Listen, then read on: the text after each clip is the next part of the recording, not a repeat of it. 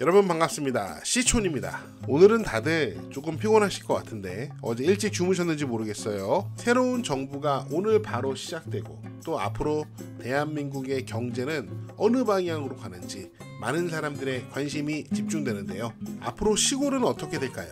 누가 대통령이 되든지 시골이 지방이 소멸하는 것은 정해진 미래인 걸까요? 정해진 미래라면 뭐하러 시골에 이렇게 집을 짓겠습니까? 또 뭐하러 이런 집을 사겠습니까? 이 집은 제가 살고 있는 강원도 평창 지역에 현재 경매로 나와 있는 전원주택인데요. 1억대입니다. 1억대. 자, 집을 한번 살펴보고 과연 앞으로 이런 시골에 집을 지어도 되는지 또 집을 사도 되는지 그 이야기까지 같이 한번 해보도록 하겠습니다. 지도를 먼저 살펴보도록 하겠습니다. 자, 여기는 강원도 평창군, 여기 보시면은 평창읍 시내가 있습니다. 그리고 경매 물건은 바로 가깝습니다. 평창읍 시내에서 제가 보기엔 차로 한 5분도 안 걸릴 것 같은데, 여기는 계장리라고 하네요. 계장리고 여기 보니까 원당 계곡이라는 계곡이 있고, 그 다음에 이쪽으로는 내운 계곡이 있습니다. 내운 계곡은 저도 이름을 많이 들어봤는데 한 번도 가보지는 않았습니다.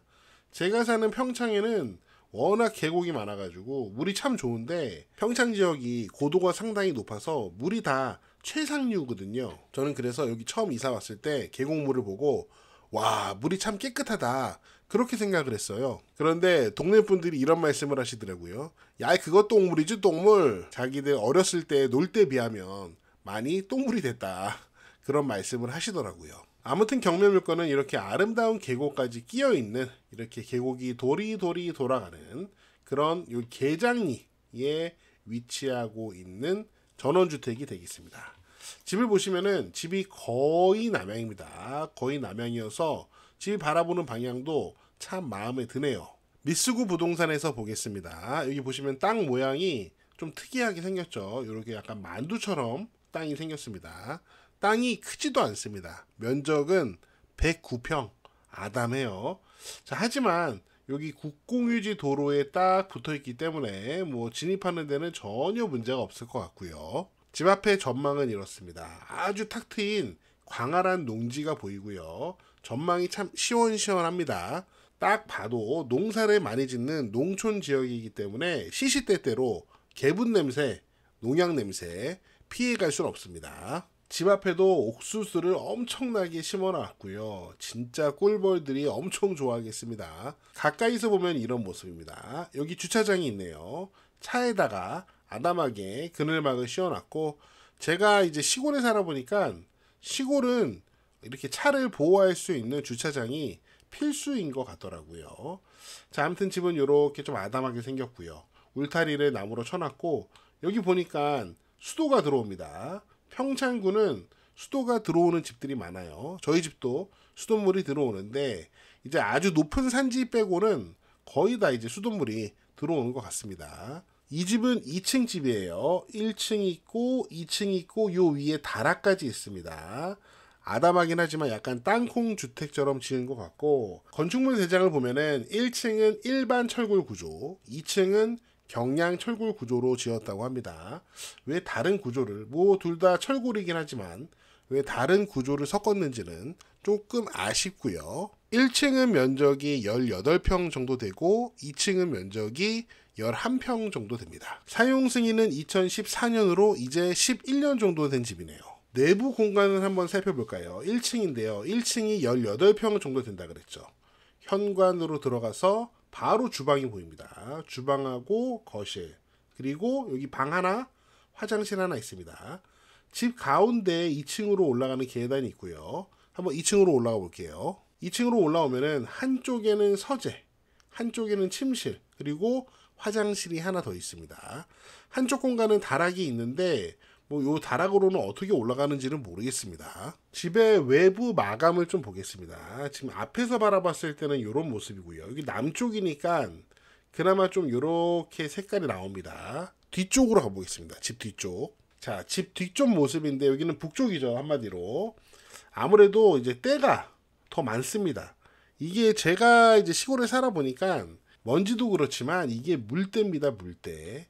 아무래도 남쪽은 해가 잘 비쳐서 뽀송뽀송하고 이 뒤쪽은 북쪽이니까 해가 잘 안 비치니까 이렇게 물때가 껴요. 게다가 지금 이 집 뒤쪽에 나무들이 많거든요. 여기 남의 땅입니다. 이 뒤에는. 근데 이 뒤쪽 땅이 지목이 임야고 아무래도 묶인 땅인 것 같아요. 그래서 이 뒤에 숲이 많아가지고 여기가 더 습합니다. 물때가 아주 잘 껴서 지금 딱 봤을 때는 꼭 가서 때를 밀어주고 싶다. 그런 느낌이 들 정도로 좀 겉에가 좀 지저분해요. 제가 사진으로 봤을 때는 이 외부 마감이 스타코인지는 모르겠는데요. 주로 이런 색깔 계열의 스타코가 때가 엄청 잘 낍니다. 그래서 요즘에는 이런 식으로 외부를 마감하는 집들이 별로 없어요. 왜냐면 많이 이렇게 지어봤는데 이렇게 때가 끼는 거를 사람들이 많이 경험을 했거든요. 그래서 좀 때가 타더라도 티가 나지 않는 외장재를 요즘에는 좀 선호하는 것 같습니다. 이거는 집 앞쪽에 현관의 모습이고요. 여기 보시면 아무래도 남쪽이다 보니까 물때도 거의 없고 그래도 깨끗하죠. 봐줄만 합니다. 경매 개요 먼저 살펴보도록 할게요. 사건 번호 확인하시고요. 저기 보시면은 토지 건물 1괄 매각입니다. 감정가는 1억 9천만 원. 현재 신건입니다. 요즘 워낙 시골 부동산이 안 좋으니까 당연히 아마 유찰이 되겠죠. 이 가격에 낙찰되지는 않을 겁니다. 뭐 그럴 수도 있을까요? 제가 확인을 해보니 현재 소유자는 2021년에 이 집을 1억 8천 주고 구입을 했습니다. 1억 8천 주고 구입했는데 현재 감정가는 1억 9천이 된 거죠. 4년이 지나고. 등기상의 소유주는 원래는 경기도에 사시는 분인데 현재는 이 집으로 전입이 되어 있습니다. 그래서 임차인 권리 분석을 해보면은 조사된 임차 내역이 없고요. 현재 이 집의 집주인이 채무자 겸 소유자가 전입되어 있기 때문에 임차인 권리 문제는 당연히 없습니다. 등기된 권리들을 보면요. 2021년에 이 집을 살 때 대출을 받았습니다. 그때 당시 근저당권이 현재 경매 사건의 말소 기준 권리가 되고요. 그 뒤에 잡힌 권리들 여기 뭐 가압류, 강제경매, 임의경매는 모두 경매 과정을 통해서 소멸이 되기 때문에 낙찰자에게 인수되지 않습니다. 그러므로 이 집은 권리적인 하자가 없어 보여요. 등기상의 권리적인 하자 없고 임차인 권리 문제 없고 게다가 집 앞의 길도 국유지 도로잖아요. 여러 면에서 문제가 될 게 없는 경매 물건이라고 우리가 판단할 수 있습니다. 결론적으로 제가 봤을 때는 이 집은 한 1억대 초반 정도대로 떨어지면 충분히 낙찰이 되지 않을까 그런 생각이 들고요. 개인적인 생각입니다. 다시 앞에서 던졌던 질문으로 돌아가 볼게요.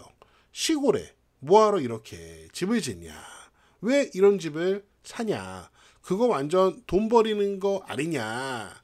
이런 질문을 우리가 해볼 수 있죠. 시골이 앞으로 어떻게 될까요? 저는 앞으로 시골이 어떻게 될지 진짜 제대로 알고 있습니다. 제가 시골에 살아보니까 알겠어요. 여러분 시골에 할아버지 할머니들밖에 없습니다. 진짜 어르신들밖에 없어요. 젊은 사람 아주 조금 있습니다. 그런데 있긴 해요. 제가 동네 어르신들을 보면은 그런 생각이 계속 들어요. 야, 이 동네가 10년 후에 20년 후에 어떻게 될까? 한 10년, 20년 지나면은 굉장히 많은 노인들이 인간이 유한한 존재이기 때문에 어쩔 수 없이 돌아가시겠죠. 그러면은 인구는 급격하게 줄어들 겁니다. 시골은, 지방은 소멸할 수밖에 없어요. 정해진 운명이고 그게 대세인 건 맞는 것 같습니다. 그리고 많은 사람들이 그렇게 생각하죠. 그렇다면 정치가 이런 지방 소멸을 막을 수 있을까? 솔직히 저는 큰 기대는 하지 않습니다. 뭐 좌던 우던 저는 이 지방 소멸의 문제를 해결할 의지가 있는지 저는 잘 모르겠어요.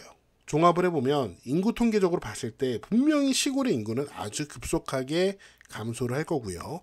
또 많은 사람들의 대세적 의견이 지방은 소멸한다고요.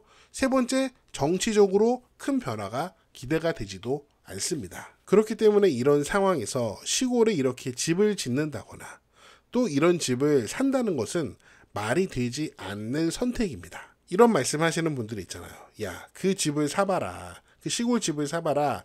나중에 절대 못 팔고 나온다. 그거 팔지 못한다. 맞는 말씀인데요. 그런 말씀을 하시는 분들은 절대 시골에 이런 집을 지어도 안 되고 사도 안 됩니다. 왜? 집을 못 팔까봐 걱정이 되는데 그 집을 어떻게 사겠습니까?